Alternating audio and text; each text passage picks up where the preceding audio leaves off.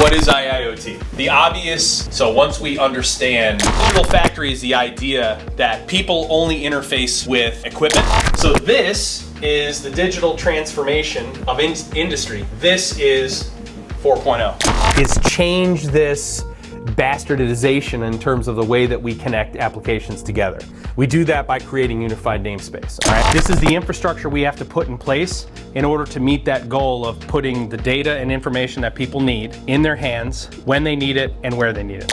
We may do everything just real quick, write the scripts and everything on the window. That's the goal. That's why we're talking about this OEE part. But when we talk about once we've decided we're going to calculate OEE, what is that process? These are the steps that you go through.